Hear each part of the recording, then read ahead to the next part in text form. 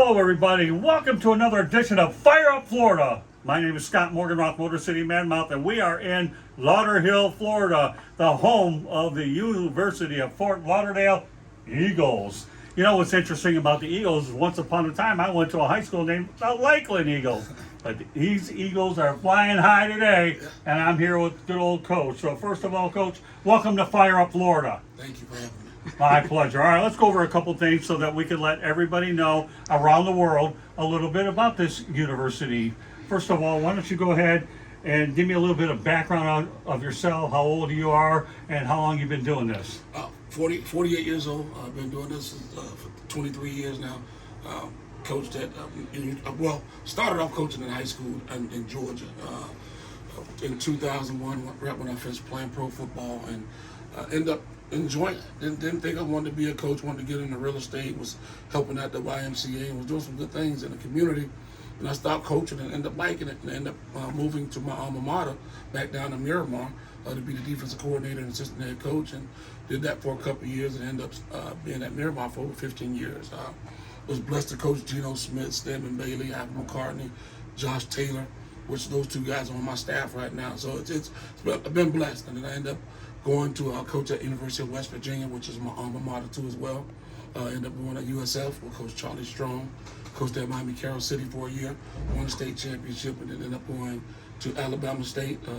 Was there for a couple of years with Coach Don Ely. So I had a great time, and now I'm down here in South Florida. I come over here to help Quincy last year, and ended up getting a head job and an AD job. And last year we suspended the program, was first year, and just so we can get it up and running and doing it the right way.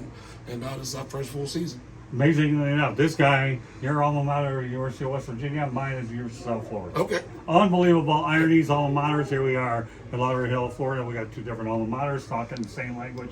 Here, Eagle talk. All right, well, let's talk about the fact that you just alluded to Miramar High School. You got a good run there as coach and AD. How much did that prepare you for the challenge that you're facing right now?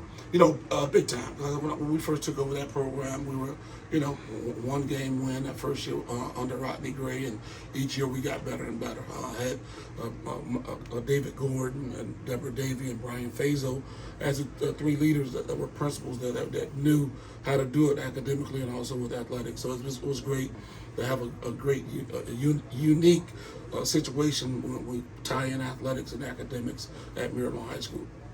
Well, I know you had quite a run there. As I understand, you were 72-19. So anytime you have that kind of success there, what do you attribute that 72-19 mark? That's a really impressive winning percentage. Oh, just hard work and dedication. It's been around the right people.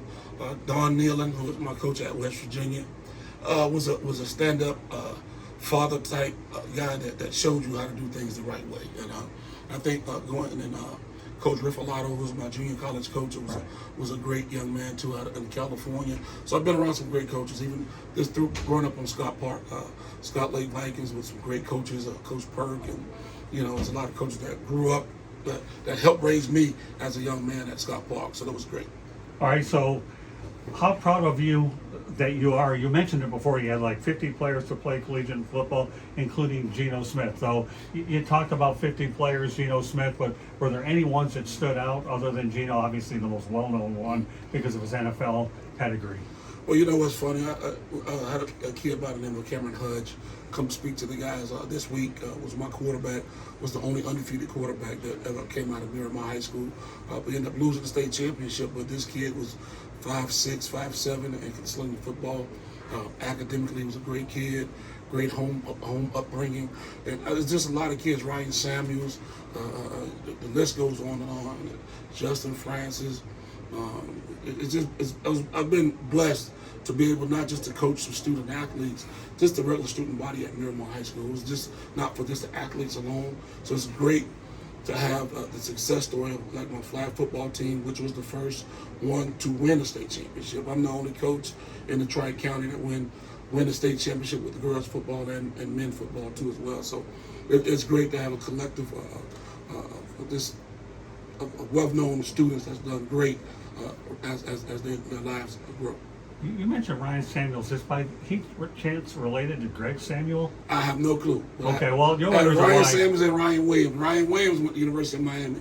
Ryan Samuels graduated from Davidson. Okay, just curious. The only reason why is many years ago when I lived here in South Florida, there was a guy by the name of Greg Samuel out in the Southwest Ranches area who I work with over in Hallandale, Florida. Gotcha. So, Could be. yeah, you never know. His dad was Troy Samuels. He was a vice mayor of Miramar.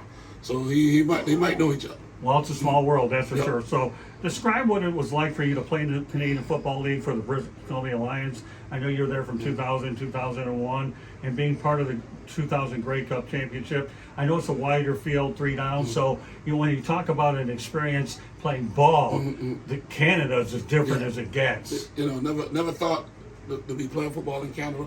Was always dreaming to play in the NFL. Bounced around. Fractured my hip in college, so that hindered my NFL career. So going to Canada was like a second chance, and I had a great opportunity, and I was blessed to that first year get there to win the Grey Cup. We weren't even picked to win it. We ended up winning it. It was great to be able to start for BC Lions. It was a different, like you said, it was further. Didn't wear contacts until I got to Canada. I couldn't see I was trying to make the call and couldn't see, so it was different, but it was fun. I met a lot of good friends. Yeah, you had an opportunity to work with Coach Wally Bono. Tell me what that was like. I had him on a show before when I was doing internet radio. It was unique. We had a very unique coaching staff with the owners all the way down to the players. Even Damon Allen, we had the same name. He used to always say same name, so which is Marcus Allen's little brother. So it was unique. I had a great situation there in Canada, and it wouldn't change for anything. Well, let's talk about Vancouver. I was there one time at Stanley Park, one of the most beautiful areas in the world when you talk about Vancouver. How much did you enjoy playing in Vancouver? It was nice, it was a clean city. Ironically, everyone has free health care, so that makes it even better. So it was very clean, staying out in Surrey, BC, so it was great. Had a great time. All right, so I'm going to mention a couple of names. I'll mention Howard Schnellenberger and Mario Cristobal. What words come to mind when you describe both individuals? Hardworking. Okay. Hard work. I know both of those guys.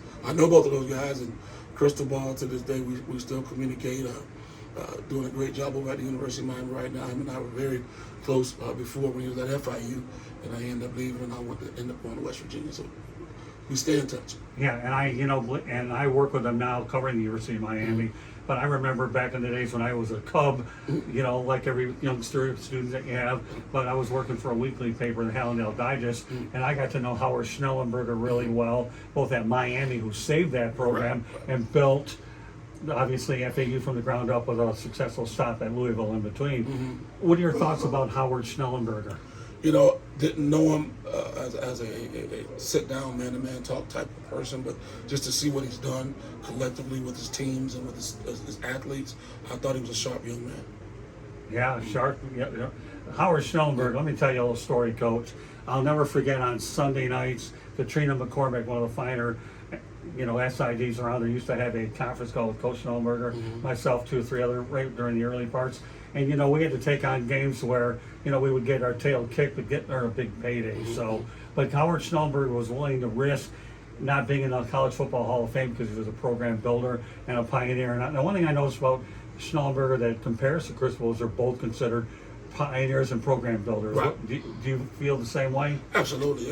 And I look back and I look at the things that we've done at Miramar and West Virginia and so forth. I'm a player's coach.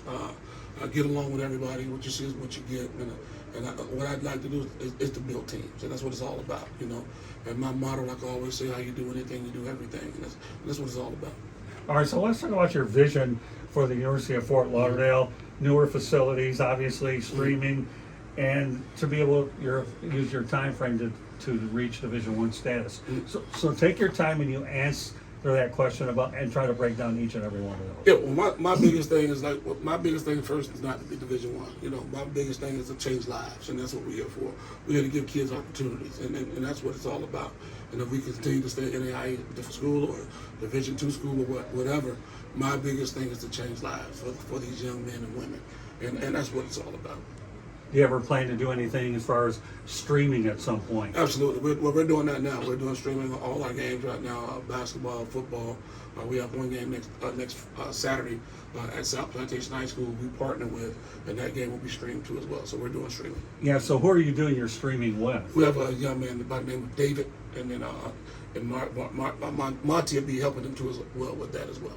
Have you ever dawned on the possibility at some point, Inter Miami does move down to their new stadium, I believe in 25. Has it ever come to your mind or a thought where you might move into Drive Pink Stadium should your program reach a level where, you know, you could gain enough interest to move into that without having to build your own facility knowing it's there? You know what, the biggest thing for me is to have your own. You know, end up coaching at USF and not having your own facility, that's pretty tough. So I wouldn't want to partner with anyone. I would want to try to get our own. Very good. So now you're trying to sell the University of Fort Lauderdale to students here. Now I know, as I understand, you don't have any dorms yet. I know you guys are relatively new. So if you're going to go out there and sell the University of Fort Lauderdale to a student, what would be the enticement for these young kids to come here and coach under you? You know, or play under you and play here? Like you say, my track record. You know, and you talk to my ex-players, and I have them always come around just to talk. Just like the young man you see sitting over there, Shaquille. I've known him since he's 15. He's 33, so he's still helping me out in the program with our video and stuff like that. He helps with our streaming as well. But my thing is, once you locked in with me, you with me for life. You know, that's what I'm one of those father figures, uncle, brother, whatever you prefer to call me. But I'm about changing lives. You know, about building relationships, getting you prepared for the real world, and that's what it's always for me. It's about that because you know you're the fifth-rated linebacker in the country and end up breaking your hip against Syracuse on a freak accident. You know, you know you're going to be a first, second round draft pick, clearly first round, and you break your hip, and all of a sudden, you got to change your plans. But that's why I'm a harp on degree. Get your degree. Well, it's funny. I was just looking at Shaquille a moment ago. That's why I turned my head, which is pretty interesting. You ever heard of a guy by the name of Torrey Harmon? No. I'm going to hook you up with him. I think he'd be a guy who I've had on my show. I actually went up to Kansas City and did like an apprenticeship towards him. And he's a guy I definitely want to hook you up with who could probably provide you with some advice. Okay. And I think and I know in my mind that, you know, I'll do what I can to help you guys any way you can. So are there any other things that you want to add about this that I haven't already talked about in this conversation? Well, just with our university right now, we want to get more traditional students out. Right now, we're a small, intimate university, got about 400 kids. And a certain amount of professors per student athlete or student. So that's what we're trying to do, just build our brand right now. You know, we're tied in with the Faith Center. That's been awesome to us too as well. So my thing is let's continue to grow this university and get these young men and women off the streets or into some schools so they can get a trade or something. All right, so two other things that just entered my mind real quickly before we wrap it up. Number one, okay, who are your mentors through the years? I know you had to have some mentors that allowed you to get to this point. You know, it's funny. One of my mentors, I got a couple of them. Start with Coach Donnell, Coach Riffalato, the two I told you from junior college, Chaffee, and Coach Donnell from West Virginia. Also, you know, Coach Perkins, which coached me in the Optimist football. His son is the quarterback coach, I think, or running back coach at FAU. And that was my coach growing up, and also worked for me at Miramar as my offensive coordinator. Then Randy Shannon, I talked to, Coach Charlie Strong, we talk all the time. And, you know, we just had some great guys throughout my coaching tenure that I could constantly communicate with. Yeah, you talk about, you know, Don Nealon, he's huge up in those parts. Charlie Strong and, of course, Randy Shannon. I got to know him when he was coaching at Miami, so those are three. Now, you know, in terms of offense and so forth, you know, what type of offense do you employ? Well, I'm a defensive guy, but I like spread offense, West Coast. You know, like to get the ball out real fast. I like the playmakers make some plays. Like to keep it balanced with your run-pass game concept. But it's all about teaching. You know, teaching concepts and making sure these guys understand ball.